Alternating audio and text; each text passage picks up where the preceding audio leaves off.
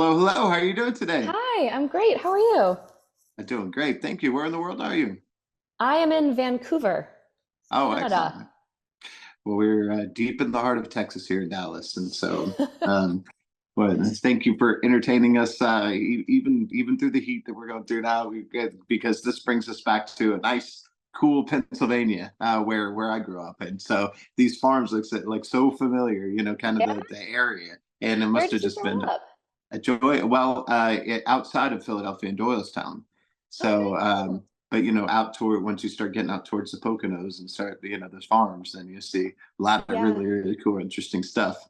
I grew up in Wisconsin. So Oh, excellent. the yeah, the landscape felt very familiar to me as well, Yeah, where we and shot. so most most films, as you know, aren't as fun to film as you might think. That's the days are long, and all those things. But this seemed like a nice kind of a beautiful place to be, but also kind of a cool family environment, right?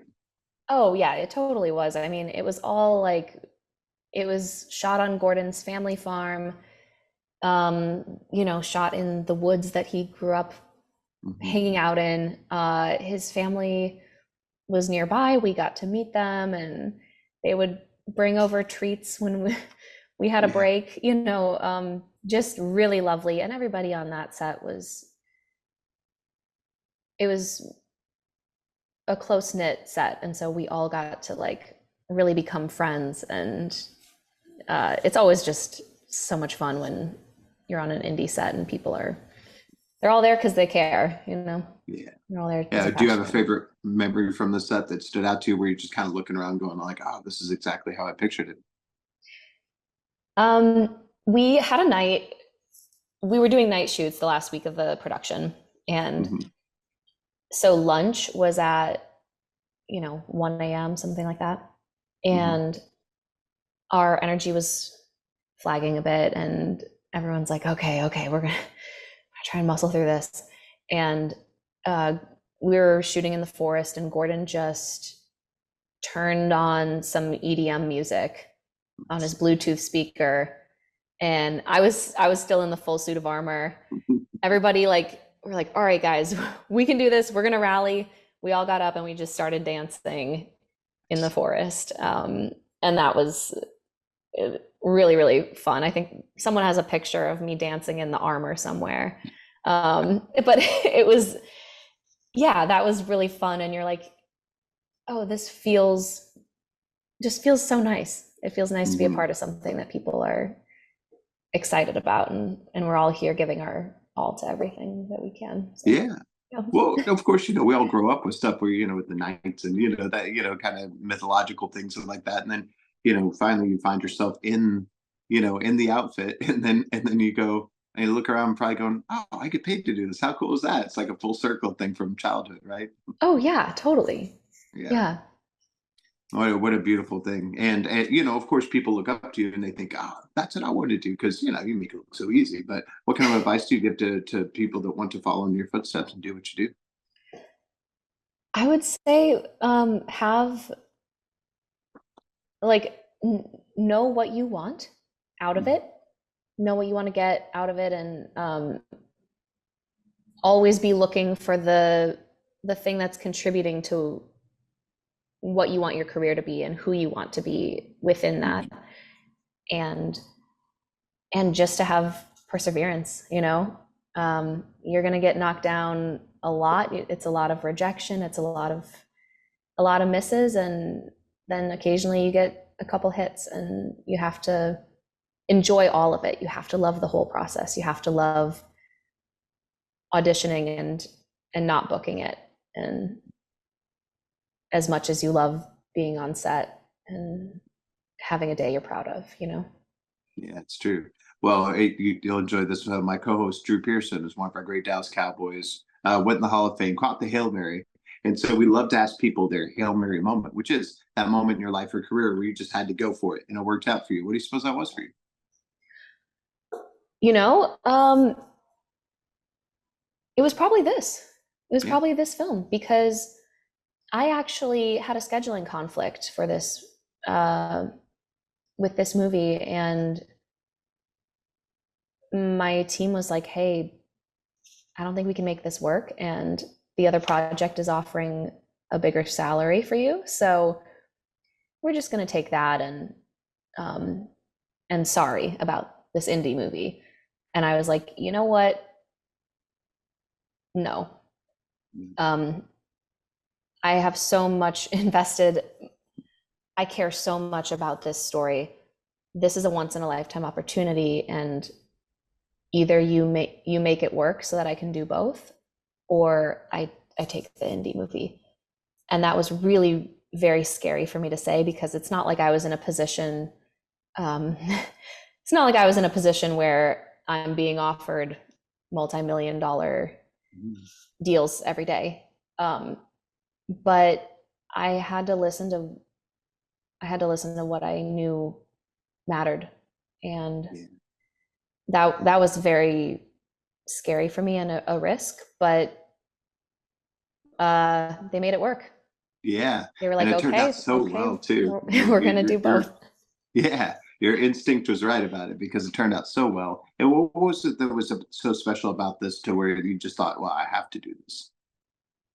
It was everything. It was, I love Lily's character. I love that she's a fighter.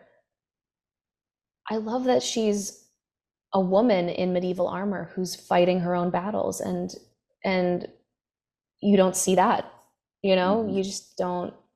I didn't grow up thinking I was going to be the knight in those stories. I thought, okay, well, yeah, I'm the princess in those stories, and other people are the knights.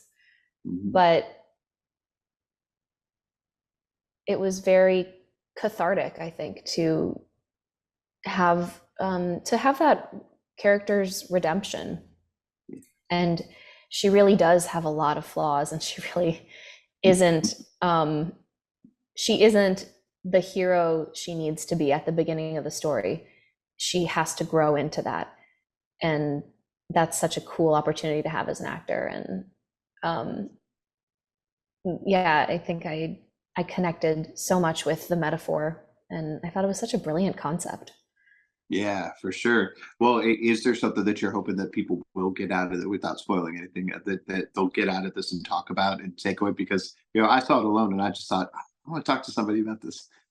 Oh, great. Well, is there?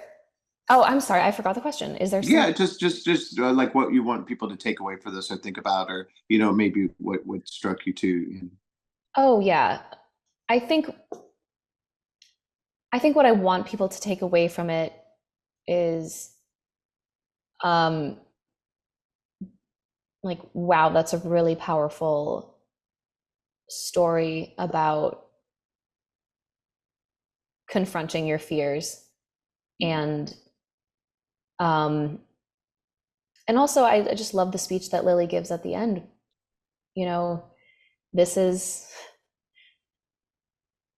is actually the reality, and I won't let these intrusive thoughts trick me into believing something that I know isn't really true, and that's holding me back from living a life that I deserve to have, unburdened from this trauma. um and I hope they take away like, wow, that was pretty badass. Yes. Yes. I mean, obviously I hope that too. Yeah, because that was fun. because of course the entertainment value is way up there. So, Yeah. but also that's a message that people want to that they need to hear right now is we're in strange times and they also want to be entertained. So it's kind of a movie comes out at a perfect time, right? I think so. Yeah, I think it really does, and I just really love the strength of the metaphor and the strength of the statement that it's making. And is there something that you keep in mind personally that kind of keeps you on the right path even when things get tough? Because we talk about that success mindset, and sometimes when there's a lot of eyes on you, and there's a lot of eyes on you on social media too. So like, there's a certain, I guess, the responsibility maybe, or is there something that? But people are rough. So like, is there something that you kind of keep, telling yourself that keeps you on the right path?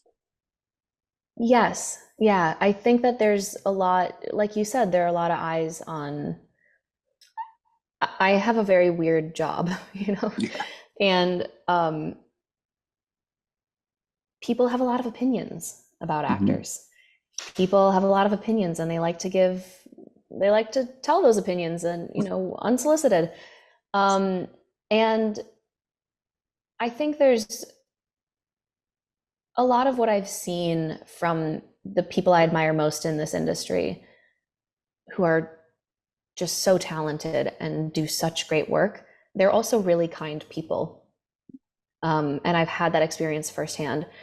And I know that can't be easy. I know it isn't easy. Like, if you're dealing with just a lot of opinions and a lot of egos and things like that. I think what I try and keep in mind is, like, you will be the most successful version of yourself when you maintain the most integrity the most integrity and the most kindness you can muster. You always can choose to try to be kind and to have compassion. And that actually does give you strength. And I think that's hard to feel sometimes, when it's, anger it's easy to let that take over too. But trying to remember that ultimately you will get there if you listen to your little voice. Yeah, it's beautiful. Beautifully said. Well, last thing before we let you go. So what are we going to see you next? Because after this, I can't wait to see what you got for us. I'm in Vancouver right now, shooting season 2 of The Irrational on NBC, and that's going to air. Our second season airs in September on NBC Tuesday nights at 10 p.m. That's what I've got right now, but hopefully more to come. Absolutely. Well, I'm sure of it. This is such a great film, and we're going to tell everybody check it out. And appreciate your time today, and look forward to talking to you again soon. Thank you so much. This was really lovely. Yes, thank you so much. See you soon. Yeah. Okay, bye.